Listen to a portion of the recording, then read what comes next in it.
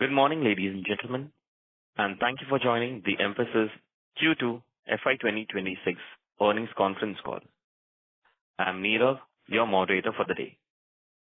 We have with us today Mr. Nitin Rakesh, CEO of Mphasis, Mr. Aravind Viswanathan, CFO, and Mr. Vinay Kalangara, Head of Investor Relations. As a reminder, there is a webcast link in the call invite mail that the Mphasis management team will be referring to today. The same presentation is also available on the Mphasis website, www.mphasis.com, in the investor section under financial and filing, as well as on both BSE and NSE websites. Request you to have the presentation handy. As a reminder, all participant lines will be in the listen-only mode, and there will be an opportunity for you to ask questions after the presentation concludes. Should you need assistance during the conference call, please signal an operator by pressing star, then 0 on your touchtone phone. Please note that this conference is being recorded. Before we begin, I would like to state that some of the statements made in today's discussion may be forward-looking in nature and may involve certain risks and uncertainties. A detailed statement in this regard is available in the Q2 results release that was sent out to all of you earlier. I now hand over the floor to Mr. Nitin Rakesh to begin the proceedings on this call. Thank you, and over to you, Nitin. Thank you, Nirav. Thanks everyone for joining us today. Hope you had a great festive season. We've had another strong quarter, and our business continues to perform well. However, before we get to the financials, I would like to walk you through our journey of how we got here and what enables our sustained success. While AI is the buzzword since ChatGPT, at Mphasis we made a few strategic choices over the past 10 years and decided to go all in on them consistently. While you may have heard me talk about these in the past few years, let me reconnect the dots. The three big strategic choices that set the stage for our AI journey back in the day were: the first big one was that every enterprise, every business is a consumer business. Some don't know it yet. As we started executing on this, our conviction was that AI will change every customer's experience. Back in 14-15 timeframe, we set up Next Labs as the Mphasis R&D hub, began experimenting with AI and early evolution out of GPT, well before AI became mainstream. This was our Gen 1 initiative around AI. The second big bet was, how do we enable agility required by enterprises in a way that they want to launch products at ease and speed, adopting every asset of tech as a service. Think DevOps, revolution, legacy modernization, cloud migration, data on cloud, cybersecurity transformation, etc. We pivoted a large portion of our business on this construct, a tech-led pivot, and my favorite phrase from 17-18 that we used to rally our troops was, bring the tea back into IT. Extending this into Gen 2, we built over 250 AI/ML models on the cloud marketplaces, including platforms such as Deep Insights, SpaceML, Hypergraph, and AI integrated into InfraGenie. In the past 2 years, with the rapid consumerization of AI, we accelerated our AI-first digital native model, also focusing on AI arbitrage and unlocking new growth opportunities. These efforts matured into proprietary platforms like Mphasis NeoZeta, Mphasis NeoCrux, NeoSaba, etc. that were designed to boost human performance. Earlier this week, we launched Mphasis NeoIP, a breakthrough AI platform integrating multiple Mphasis.ai innovative solutions designed for continuous enterprise transformation and differentiating competitive advantage. NeoIP perpetually rewires core systems, turning enterprise knowledge across legacy systems, data, and operations, enabling us to drive intelligent engineering. At the core of NeoIP is this living, breathing layer of connected enterprise understanding that unifies data, systems, and processes to proactively optimize, modernize, and transform business and IT operations. It empowers CIOs and business leaders to shift left, embedding data-powered intelligence early in the software and operations lifecycle to create self-healing, resource-efficient systems that learn and improve over time. The platform creates a connected, data-centric environment where AI and human teams collaborate to plan, build, and manage transformation. Key component of NeoIP is Ontosphere, that in connection with various AI agents constructs and sustains the intelligence through dynamic knowledge graphs using enterprise domain context. It ensures AI-driven transformation is fast, accurate, and strategically aligned with long-term business goals. Neo IP includes solutions grouped under 4 categories, namely modernization, application development, IT ops, and business ops. These capabilities are delivered by specialized AI agents and frameworks that you see on the slide. Let me give you a quick summary. Essentially, Neo IP natively connects with third-party AI agents through recent, though still evolving market standards such as Model Context Protocol, or MCP, and agent-to-agent, i.e. A2A standards, expanding the agent fabric for unified cross-enterprise orchestration. Neo IP has thus introduced a new era of continuous transformation that continuously learns, adapts, and grows into our client's business, powered by the Entrepreneur. Our AI strategy centers on intelligent orchestration through composable platforms, integrating multiple LLMs, proprietary solutions, third-party assets, and partner ecosystems to build multidimensional solutions tailored to business outcomes powered by our own IP. Many enterprises today struggle to achieve consistent progress in their digital and AI journeys due to legacy systems and applications, fragmented tools, siloed teams, and limited visibility across programs. This platform addresses these challenges by providing a connected data-driven environment where humans and AI systems can work together to plan, build, and manage transformation. This slide showcases the examples of implementation across verticals and clients across in those verticals and their challenges. Let me double-click on one of these, an insurance, annuities, and wealth management firm that had challenges in their current operating model. They wanted to transform the modern and digital application portfolio to drive efficiencies, speed of resolution, and time to market, improve security, resiliency, and operational excellence. Mphasis proposed a solution of an integrated ADMS, modern target operating model, using key transformation and technology levers that I just talked about to advance service performance, quality, efficiency, and speed in an outcome-based model through our own modern engineering platforms, including components of Neo IP and especially Mphasis NeoCrux.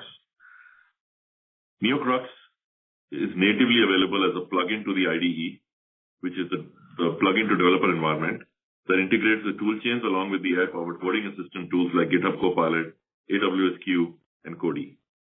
Mphasis partnered with the client to implement critical applications using GenAI tools to improve developer productivity, making delivery faster, better, and more efficient while maintaining quality standards.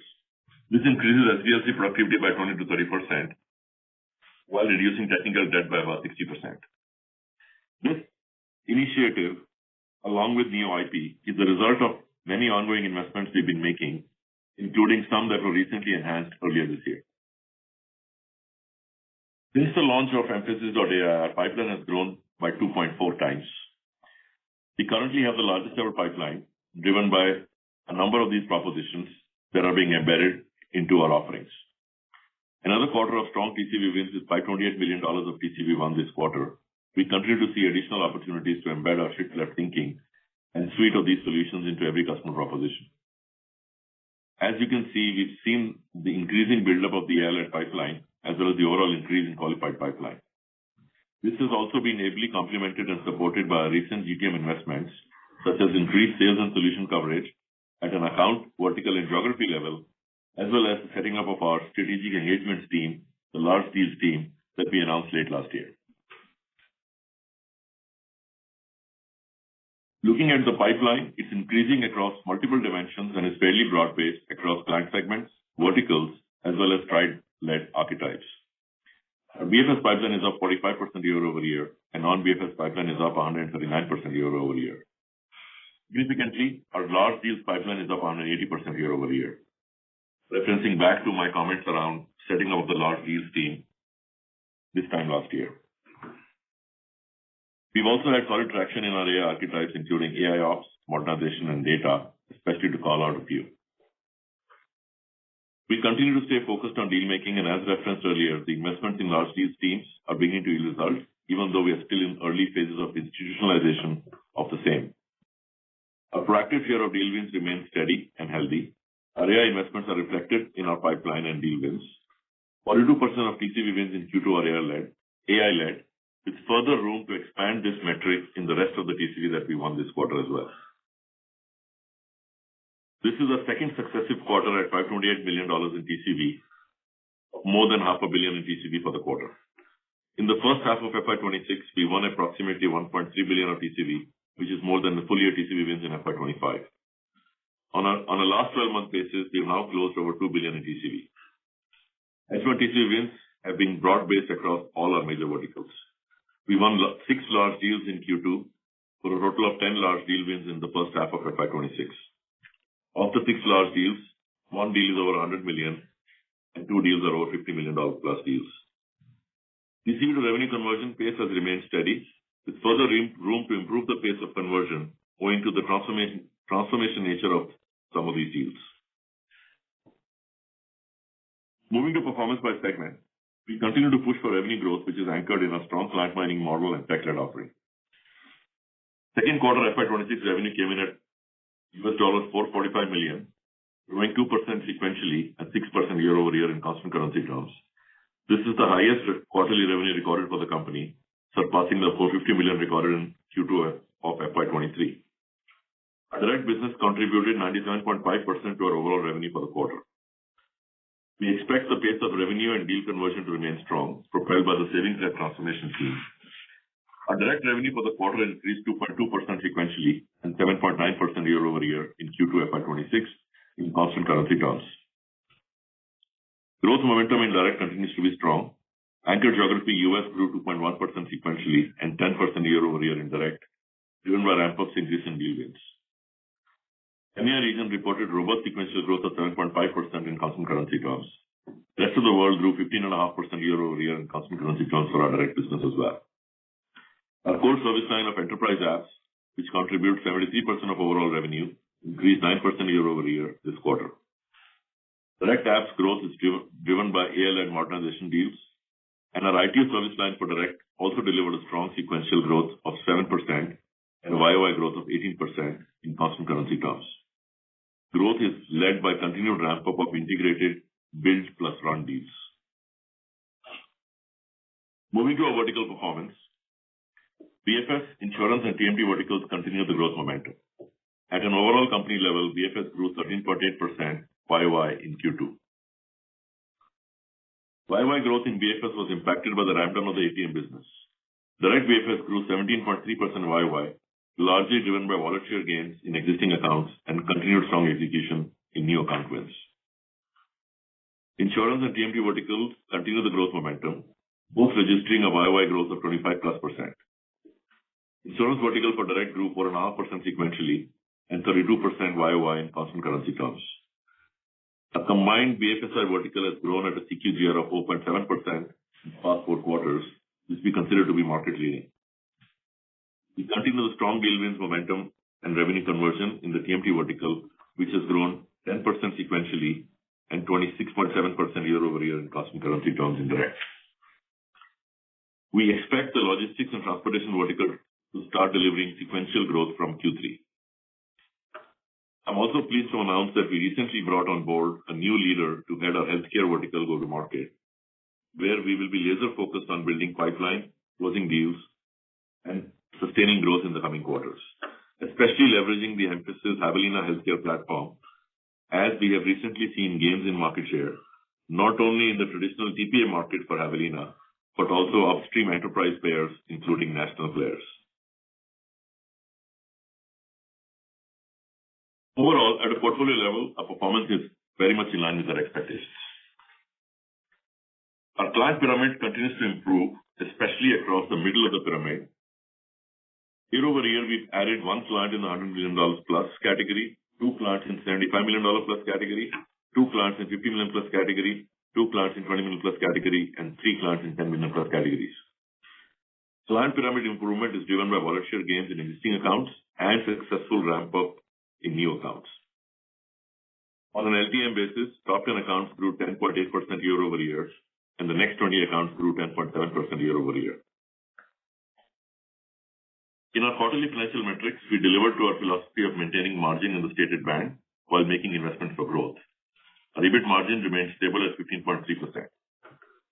Reported operating profit for the quarter grew 4.4% sequentially and 9.5% year over year to rupees 5,959 million. Our EPS grew 10.2% YOY to 24.7, Operating cash flow generation was at $54 million for the quarter. DSO for the quarter was at 89 days and increased by 5 quarter-on-quarter due to an increase in debtors relating to milestone contracts and movement from contract assets of last quarter and contract assets decreasing QOQ due to movement of the same to debtors partially offset by new contracts. You should also note that the fixed price contribution to revenue has gone up by more than 50% YOY, and this change of business has seen an increase in DSO. We do expect normalization over the course in the next 3 to 4 quarters. In summary, we had our highest ever revenue and EPS, growth led by insurance and TMT verticals, as well as BFS growth on a year-over-year basis with 13.8% growth YOY. We launched Mphasis Neo IP, as I mentioned, a unified AI platform with purpose-built agents, and continued our investments in AI-driven growth initiatives, driving pipeline and TCV wins. Pipeline is at record levels, growing 9% sequentially and 97% year-over-year, with 69% of the pipeline being AI-led. We sustained second quarter of strong TCV wins with $528 million in this quarter, and as I mentioned, one deal of over $100 million, with a new BFS client and 2 deals over $50 million. Our first half TCV wins were more than our full year TCV wins of FY25, with last 12 months TCV at $2+ billion, while we delivered stable margins. Coming to outlook, we will continue to focus on pursuing, winning, and executing at the account level while making investments in scaling our AI-led propositions and expanding our footprint in the Neo IP suite of agents. We continue to stay focused on conversion of pipeline to TCV and TCV to revenue and expect growth to be greater than 2x of industry growth on the back of our H1 performance and steady conversion of strong TCV wins to revenue with steady ramp-up of large deals in the ongoing quarters. We will continue to target operating EBIT margin in the stated band of 14.75% to 15.75%. With that, let's open the call for question, moderator. Thank you very much. We will now begin with the question and answer session. Anyone who wishes to ask a question may press star and 1 on their touchtone telephone. If you wish to remove yourself from the question queue, you may press star and 2. Participants are requested to use handsets while asking a question. Ladies and gentlemen, we will wait for a moment while the question queue assembles. Participants, you may press star and 1 to ask a question.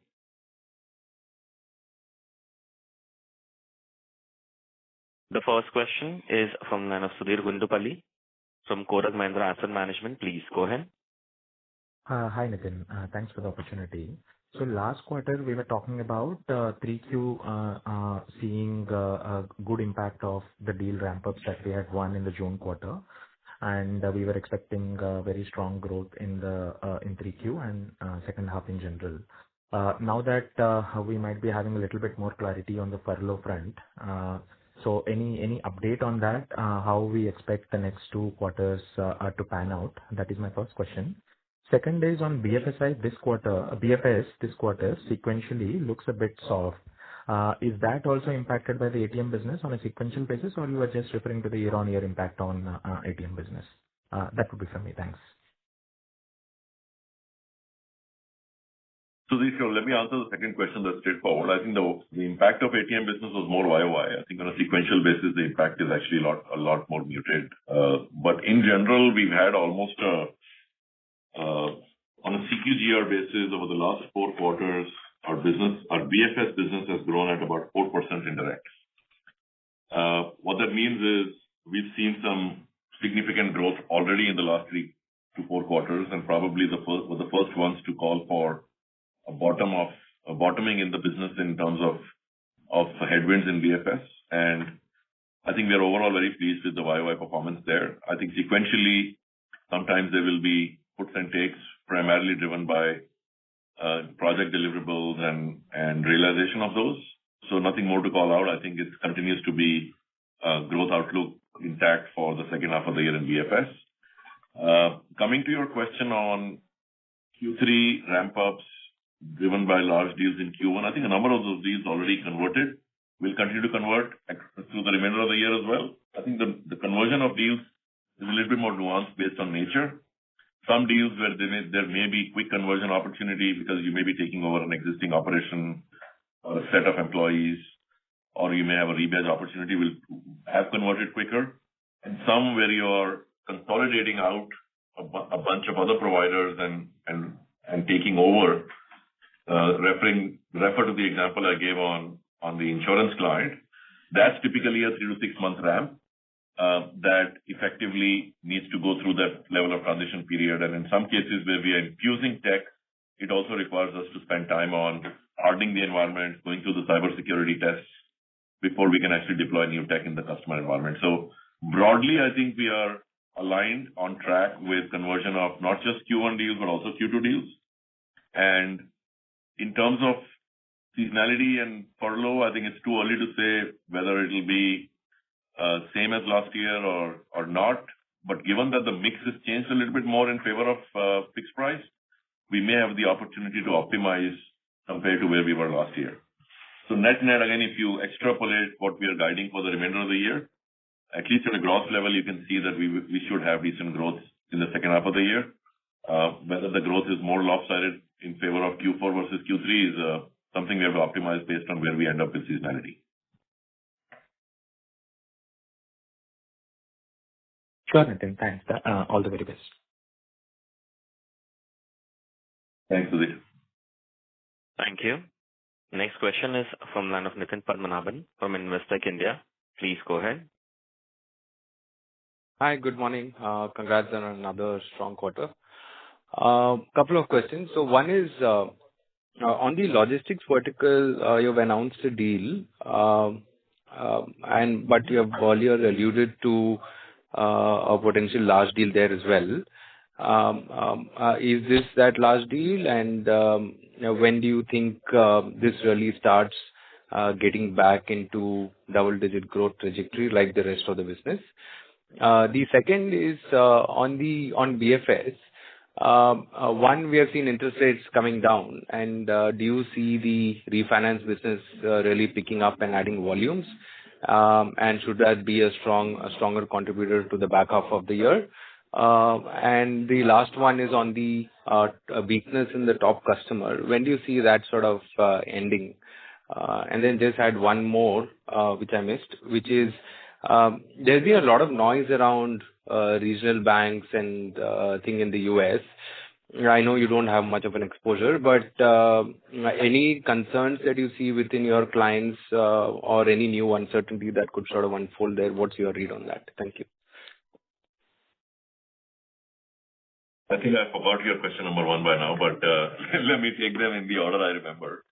I think regional banks doesn't seem to be a systemic concern. At least we are not hearing that from our large banking customers. Neither are we hearing it from sponsors who are very active in the private credit market, which is where a couple of those incidents were reported a couple of weeks ago. So again, nothing to call out. Given our portfolio, we are fairly comfortable and confident that this should not be any concern to us. Systemic risk hasn't really showed up at this point. This is a market where people are actually looking for bubbles, so we'll see how that plays out. But so far, nothing to call out. On your question around growth in largest customer, happy to tell you that on a sequential basis, it has grown far in excess of the company growth, and we do expect that growth trend to continue for the rest of the year. How long that takes for the trailing 12 months to wash out is a matter of just arithmetic. But as long as sequentially we've started to grow, which we have, and we have visibility to that growth over the second half of the year, I think we should be quite okay there. On your question around logistics and transportation and the deal win, we've already called out in my commentary that we will see growth in Q3 on a sequential basis. Double-digit growth, whether it's sequential, your question was sequential or YY is a difficult question to answer. Because again, given the ramp down we've seen in some segments of that vertical, it might take us a while to get to double-digit growth on a YY basis, because again, the last 3 or 4 quarters have to wash through that arithmetic. And if you don't mind, just remind me of fourth question. Was on the mortgage refinance. Mortgage volumes. Yeah. Mortgage. Yeah, I got it. Okay. I got it. Again, I think this is I don't want to sound the whistle when we've already had a couple of false starts in the last 12 months. We saw the first interest rate cut from the Fed in September of 2024. After the 25 basis point cut, the 10-year went up by 100 basis points.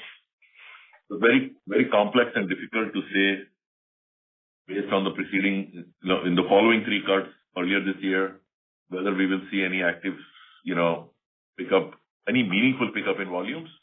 All I can tell you is that clients have already, in expectation of volumes going up, we've seen some clients reach out proactively and asked us to create capacity. But it's difficult to say whether it'll pick up in December or February or how the seasonality will play out from a uncertainty standpoint, because now the December cut is under question given the lack of data, given the government shutdown. So very difficult to pinpoint. Hence, we are not calling for that. If that happens, that will definitely be a nice tailwind that we will welcome with both arms. Meanwhile, we've already seen healthy sequential growth in the business this quarter at the back of new deal wins, where our ability to go in and take out operations from a customer based on the work we've done, even in deploying AI into that business, is actually really what's driving the growth there. So base case, we'll continue to see wallet share gains. We will continue to stay more competitive compared to our own client operations as well as our competitors. And if there is a second vector that gets added, that will only be accretive to growth. Perfect. That's very helpful. Thanks a ton and all the very best. Thank you, Nathan. Thank you. Next question is from line of Sandeep Shah from Equirus Securities. Please go ahead. Yeah, thanks for the opportunity and congrats on a good execution. The first question is, in terms of travel and logistics, you have answered the question on the revenue, but just look at the segment margin. It has turned into losses in this quarter from a mid-single digit margin last quarter. So is there a further investment has happened in this vertical which has led to gross margin losses at this quarter? So how to read about this, and how do you see with the growth margin in this segment to change? So, Sandeep, this is Arvind. Let me take that. So you're right. There was a specific investment we had made with respect to this vertical, which has contributed to the swing in the gross margin that you've seen in Q2.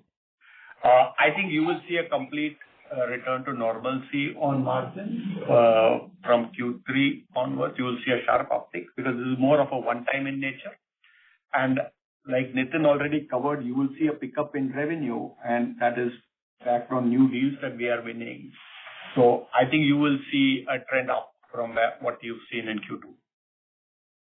Okay, thanks. And despite closure of strong deal wins, the pipeline commentary is very robust, which is encouraging. So is it fair to assume the deal TCV numbers can continue about $350, $400 million as a new normal going forward? Yeah, I think that's a great question, but unfortunately or fortunately, the large deals will continue to be lumpy in nature. So while we are quite confident that our trajectory and run rate has increased over the last 3 or 4 quarters, I think the best thing will be to look at maybe a trailing 12-month metric versus just 1 quarter or 2 quarter metric. Now, also keep in mind the long-term trend here, right? We've actually seen quite a robust jump in our long-term trend in terms of what quarterly TCV average we would declare increasingly pretty much over the last 6 or 7 years. So directionally, we do believe that there's an opportunity to uptick that to the next level. We're very happy we've done that in the last 3 quarters, and hopefully we'll continue to do that given the strength of the pipeline and the conversion rates. Okay. And just last couple of questions, Nitin. Looks like on the commentary, the revenue exit run rate in the fourth quarter could be much better this year, which can set a platform for even a higher growth in FY26 if macro-led concerns does not elevate further. So is it a right way of looking at it? And the last question on margins. Arvind, this quarter, if we exclude the hedge, the margin improvement has been really good. So how to model, where do you expect these revenue line hedge losses to settle going forward? Because rupee has been depreciating and above 88, one can assume these losses may still continue. So let me take the question around FY26 exit run rate. And I think, again, arithmetically, what you're saying is right. But the big if there is what happens to the environment and the situation, when it comes to executing those. So I think that, again, go back to what I said earlier, that directionally we are heading there.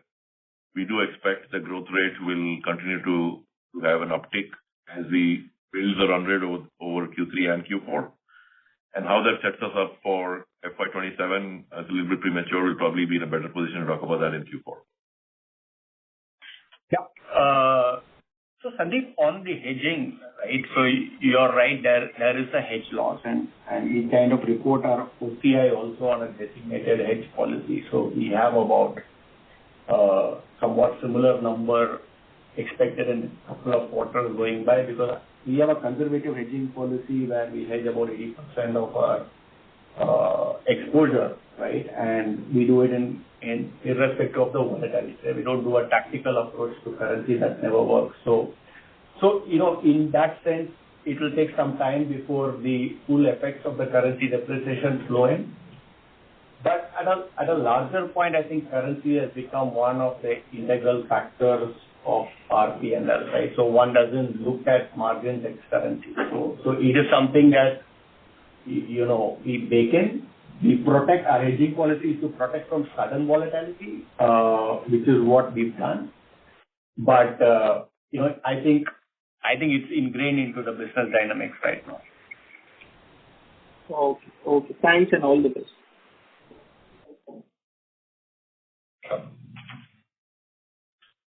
Thank you. Next question is from line of Manik Taneja from Axis Capital. Please go ahead. Hi, thank you for the opportunity. I just wanted to pick your thoughts on two things. Some of your larger global peers seem to be suggesting about significant improvement in short-term discretionary projects in banking, and something that you were quite early to essentially suggest a few months back. Just wanted to understand if you are seeing further acceleration on that trend. That's question number one. The second thing is that with regards to some of our internals around headcount addition, around utilization metrics, just wanted to understand how should one be looking at the fact that our offshore utilization essentially jumped up sharply, probably the best in over 5 years. How are those trends playing out? And the last one would be the services as a software construct that both you and some of the other industry peers have pointed out. While it is translating into revenue per headcount going up, when does this essentially start showing up in terms of at an overall margin profile level? Those would be my questions. So I think on the question around discretionary spend pickup in short term for banking, again, I think I mentioned, right, we were probably the first ones in the industry to call for the dynamic almost 3 or 4 quarters ago.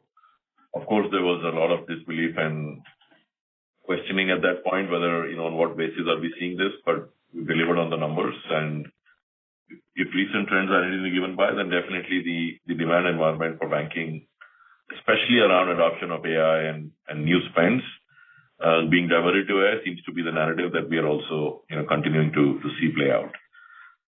Again, this is already in our numbers for the last few quarters, so that's why I confidently told you that second half of the year we will continue to see some of that trend play out as well, not only across the whole sector, but even some of our top clients. On the question around, let me address the platform IP question first, and then we'll get to the operating metrics that you referred around utilization and headcount. I think we're at a stage where over the last 2 years, things are evolving really rapidly, not just, with regards to development of our own platforms, but even with regards to market standards and the amount of activity that's in the market in terms of evolution and new announcements and new launches. Our focus for the last 12, 18 months really has been on strengthening our propositions, creating this repeatable construct through the IP platform, embedding it into our propositions, running multiple MVPs with customers to validate this thinking, making sure we understand the enterprise adoption lifecycle, hardening our own platforms when it comes to meeting things like cybersecurity standards and certification standards. And we made some announcements earlier this week around the ISO certifications. That's very much aligned to the execution of that strategy. And eventually, immediate focus right now is on creating in every industry vertical, in every large client segment, what we are calling lighthouse programs. I think that will give us a lot of learnings around what the opportunity is from a commercialization standpoint, how that plays into the pricing constructs, how much leverage do we have on margin, what's the client maturity in accepting this model where we are embedding not just people, but people plus software into the service, and how the market responds to it even from a competitive standpoint. The good news though is that because we have this approach, we are at least not playing the pricing game alone when it comes to winning business. We are playing the savings-led transformation game. And while we win business, we don't have to sacrifice profitability of those deals because we are using this as a leverage. This naturally means that there is certain amount of de-linkage between revenue growth and headcount growth, which again we've been seeing for the last few quarters. How much of that correlation we stabilize at, I think it's a little too early to say. So instead of trying to run our supply chain with the old school mode of, onboarding a certain number of people, keeping them on the bench, and then consuming the bench, we are being a little bit more dynamic I think I mentioned this in the last quarter or two as well. We are running a rolling 90-day forecast and trying to meet that supply chain. So utilization is not an input metric, but it's an outcome of where we end up. And that's the model you can expect us to follow over the next 2 or 3 quarters for sure. Thank you, Nitin, and wish you all the best. Thank you. Thank you. Next question is from line of Vibhor Singhal from Nuvama Institutional Equities. Please go ahead. Yeah, hi.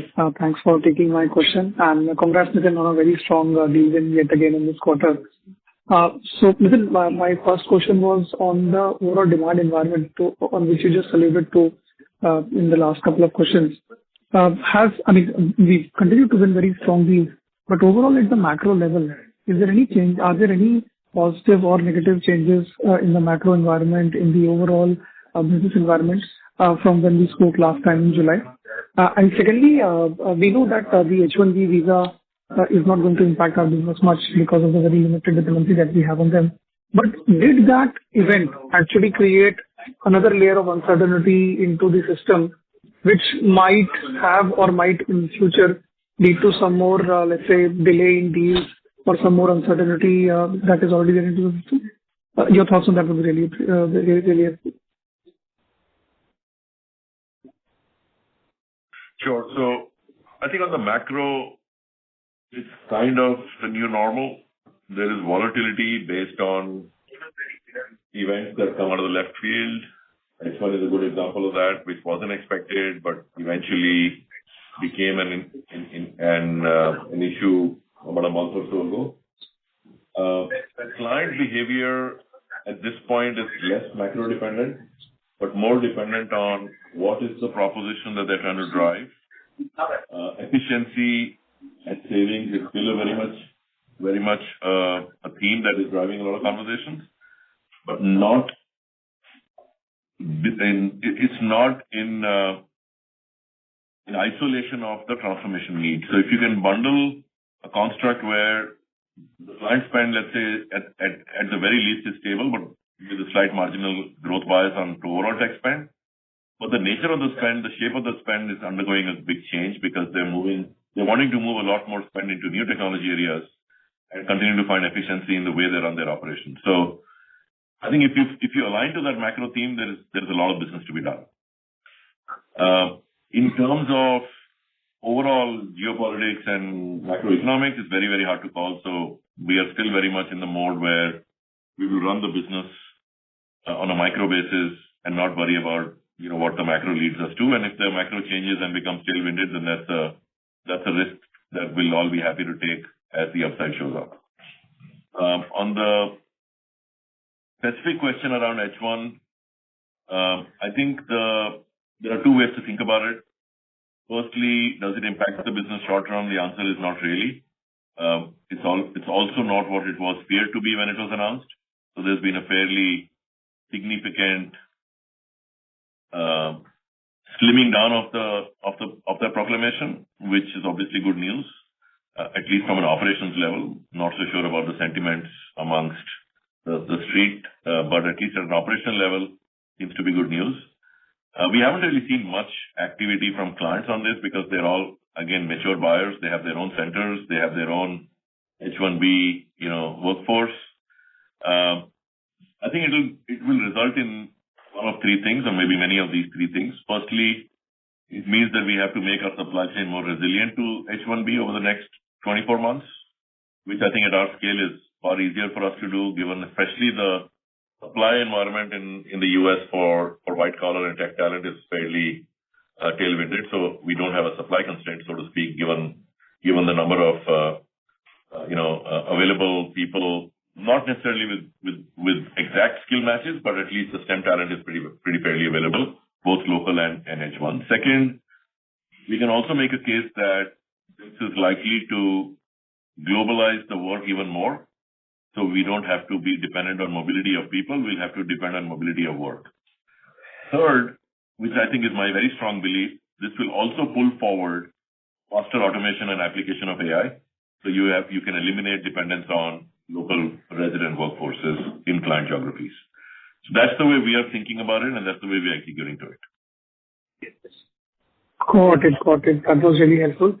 My second question was on the deal pipeline. You mentioned the deal pipeline remains very strong, and that is despite the very strong deal wins that we have reported. Is the deal pipeline strong across the verticals? And specifically in BFSI also, are we seeing a very good deal pipeline, which might lead us to good deal wins and thereafter maybe good revenue conversion in the coming quarters? Yeah, I think we gave a pretty detailed breakdown of the pipeline across BFS and non-BFS. So if you look at the earnings deck that we just referenced to, the deal pipeline has actually grown quite broad-based. There are two cuts available. One is BFS, non-BFS. Just to give you data points, BFS pipeline growth is 45% YOY, and non-BFS pipeline growth is 139% YOY. If I look at top 10 clients, pipeline growth is 122% YOY, and non-top 10 clients is 90%, 89% YOY. So I think it's pretty broad-based. It's pretty broad-based across geographies, verticals, client segments, as well as across all the tribe archetypes. So I think it's a pretty healthy place to be from a pipeline standpoint, and we are very, very pleased with that. But of course, the focus is on converting it. Got it. That's great to hear. Just one last question for Arvind. Arvind, could I just maybe pick your brain a little bit more on the negative margin for the logistics vertical? So this investment that you spoke about, which had led to this negative margin, is it some kind of a delivery capability investment which is built to enhance our capabilities across the vertical? Is it a client-specific investment? Any color on the nature of the investment, and by when do you expect it to reverse? You mentioned next quarter we should be back to the positive territory, but will we be back to just to the, let's say, the single-digit positive territory, or will we be back to the normal gross margins of 20% plus that we used to report in the vertical? That will be really helpful. Yeah. So, it's client-specific to answer your question. It is about offering some transformational capabilities to the client. That's the nature of the investment. I don't want to get into a guidance of margins at a vertical level. We've kind of given a view in terms of where we will operate at a company level, and I think that should give you comfort in terms of where we will be. Got it. But the investment phase over, or the investment phase might continue in coming quarters also? No, like I told in one of the earlier questions, right? So you will see it get back closer to normalcy, right? The specific investment was timely, and that is kind of done. Got it. Great. Thank you so much for taking my questions, and wish you all the best. Sure. Thanks. Thank you very much. Next question is from line of Girish Pai from BOB Capital Markets. Please go ahead. Yeah, thanks for the opportunity. Just wanted to ask a question on AI. How much of the work that you do is cost optimization related versus innovation or growth related on the AI side?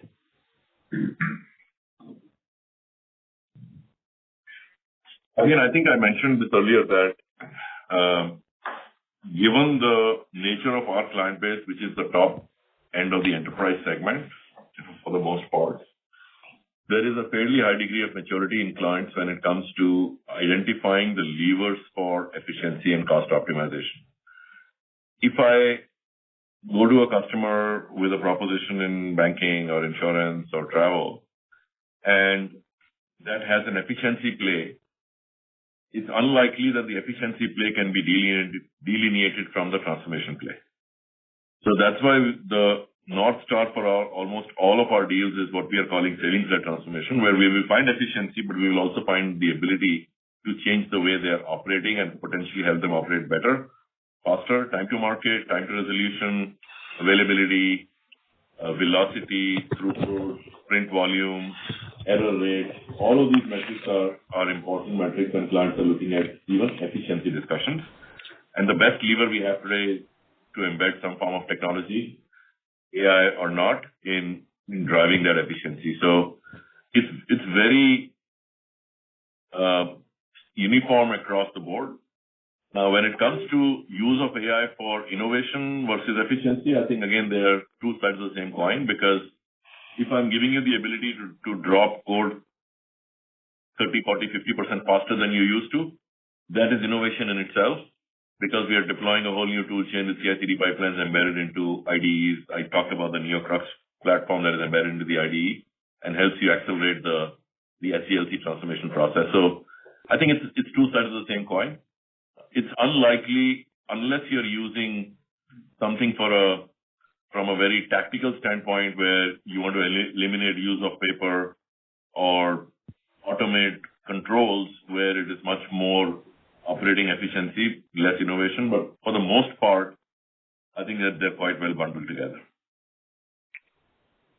The next question I have is still on AI. Everybody seems to have a platform strategy now. So how does one vendor differentiate versus the other, or how do customers differentiate one vendor from the other?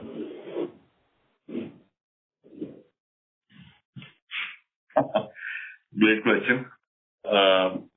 Again, going back to the segment we are operating in, I think the way of selling is definitely changing. It is not only about changing the proposition nature, where you have to bundle a solution that has elements of tech. Clients are also asking us to not just show me, but show me on a PPT or tell me, but actually show me in a live sandbox environment in many cases. So think of this as RFPs are turning into hackathons. And that's their yardstick of who can deliver on what they're promising versus not. So it is in a way become a lot more about the ability to showcase through execution. MVPs, forward deployed engineers, seed teams, proof of architectures are all becoming part of sophisticated client RFPs. I think this trend will percolate to almost all verticals and all clients, but many clients have already started adopting these approaches and techniques. That's the best way to differentiate. The other way to differentiate is through the strength of the platform itself. Taking a broader view, thinking of problems that clients may or may not have thought of, creating assets for them that they can use in perpetuity, like the intelligence platform that I just talked about in my comments, are things that differentiate you, because clients are, at this point, also very willing to listen to new ideas and new ways of doing business. So I don't think there's one thing that differentiates you, but it's a combination of these things. And of course, when you're in an RFP process or when they use third-party advisors or when they're looking at specialist people to help them pick providers, we go through a benchmarking process that is also a good input to us in our own platform development cycle. Okay. My last question is regarding AI-related hallucinations and how do vendors protect themselves in contracts where there could potentially be problems that could come up, and do you commercially protect yourself, when customer contracts are signed?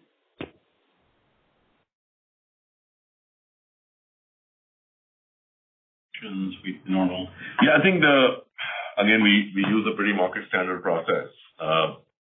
Since we are not providing base LLMs, in a way, there is a pass-through, assumption that the choice of platform or the LLM is what the customer is making. But the biggest protection for us always is a human in the loop. None of these are out-of-the-box, black box solutions. They will always require intelligent engineering to be accompanied.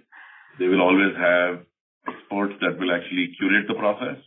Even if a process is 60-70% automated, there's definitely, checks and balances that have been built into it. But contractually, yes, we do protect ourselves. Okay, thank you.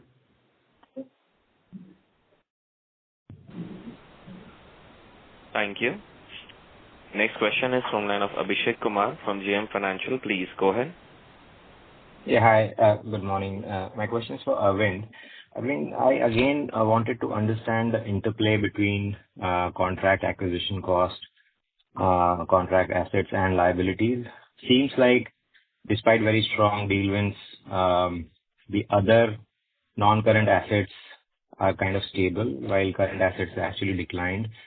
So maybe if you can just again explain, and this is still new for us, so please bear with us, why the other non-current assets has not increased. Is it simply because this time the acquisition cost was low for the deals that we have won? Or is it that the amortization that happened of the previous contract acquisition cost just got, that offset the increase in, and then how has the other things moved? Any color on those things will be helpful. Thank you. Sure.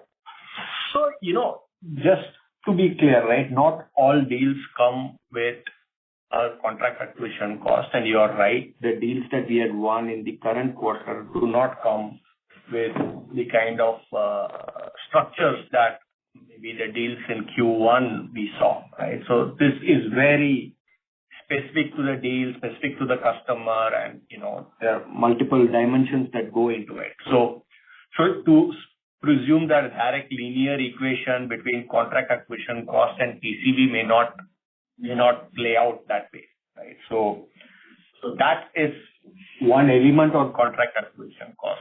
So that the deals that we kind of won in the current quarter do not have a meaningful kind of investment from a tax standpoint. From a contract asset standpoint, that to me is just the nature of projects. As you know, our fixed price has gone up substantially, and fixed price unbilled goes into contract assets, T&M unbilled goes into debtor. So that's more a change of mix, and that is what is reflected in the financials. So maybe one quick follow-up. The DSOs, the debtor days that we have shown of 82 days, does that also include unbilled, or this is just billed days? So the DSO that we showed on the deck is 89 days. It's gone up by 5 days. That includes a combination of debtors, unbilled, and contract assets. So it includes everything. Okay. Sure. Thank you and all the best. Thank you. Next question is from Dipesh Mehta from Emkay Global. Please go ahead. Yeah, thanks for the opportunity and congrats on strong execution. First question is about the new AI platform. So I just want to understand, let's say, adoption curve. How many number of clients we have seen, let's say, adopting our platform, how it is changing, whether it changes stickiness with the relationships, and whether it also lead to multi-tower deal construct compared to, let's say, one or two services which we provide to clients, and any implication on revenue conversion, the way platform get constructed in the, let's say, overall deal structure kind of thing. That is question one. Second question is on deal pipeline to deal intake to revenue conversion. Are we seeing any changes because of the way AI is getting embedded? So AI-led transformation and all those things, whether any changes to it? Third question, which is slightly related, but we still focus on relative performance. I think considering the H1 deal intake, by when you expect our absolute performance commentary to be made rather than relative? Because macro is unknown, but deal intake is known, pipeline is known. So if you can provide some color about absolute performance, how you expect H2 versus H1 kind of commentary? And last question is about two investment, Locate and minority investment. If you can provide some detail around it. Thanks.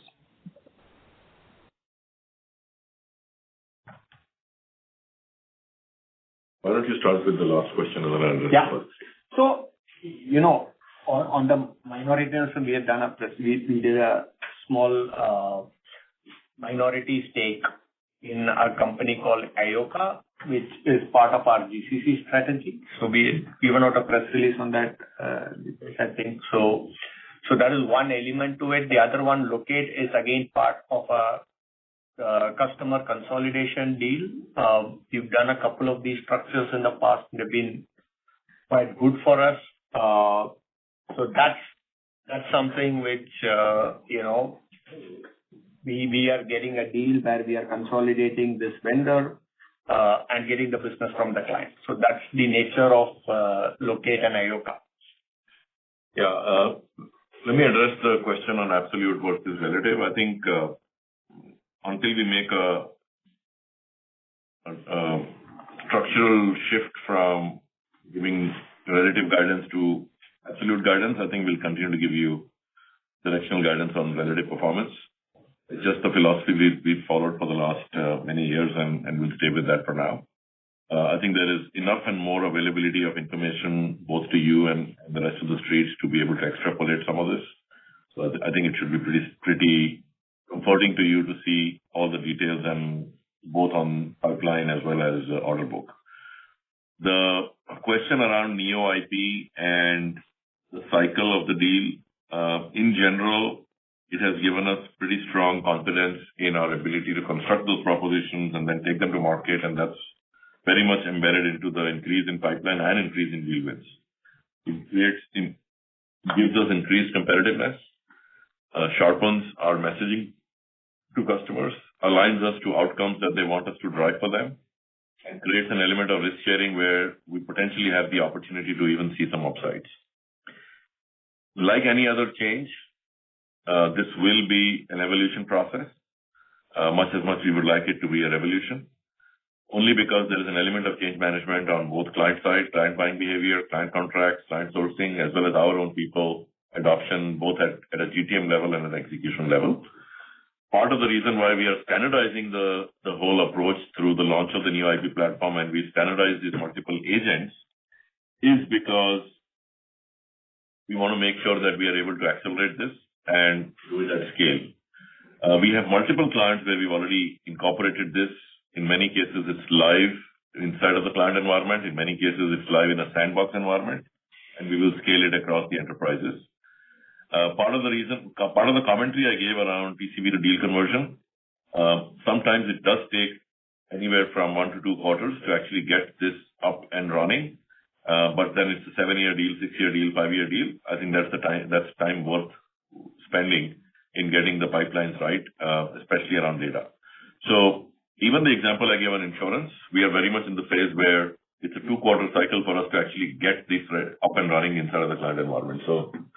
But in general, it is definitely increasing our competitiveness, sharpening our message, and giving us the propensity to win, larger deals that are definitely multi-tower, because that's what you also asked as well. So not just across applications and infra, but even within applications, multiple services around not just app dev or maintenance, but application refactoring, application modernization, cloud operations, FinOps operations, and so on and so forth. So I think it's a pretty comprehensive set of opportunities that we are trying to drive.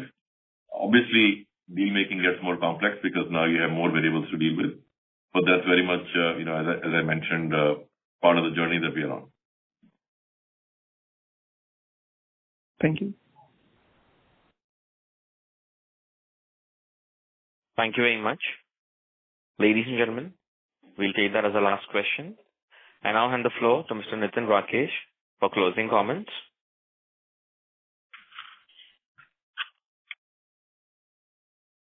Thank you, Nirav. Again, in closing, all I would like to say is we appreciate your time and your interest in the company.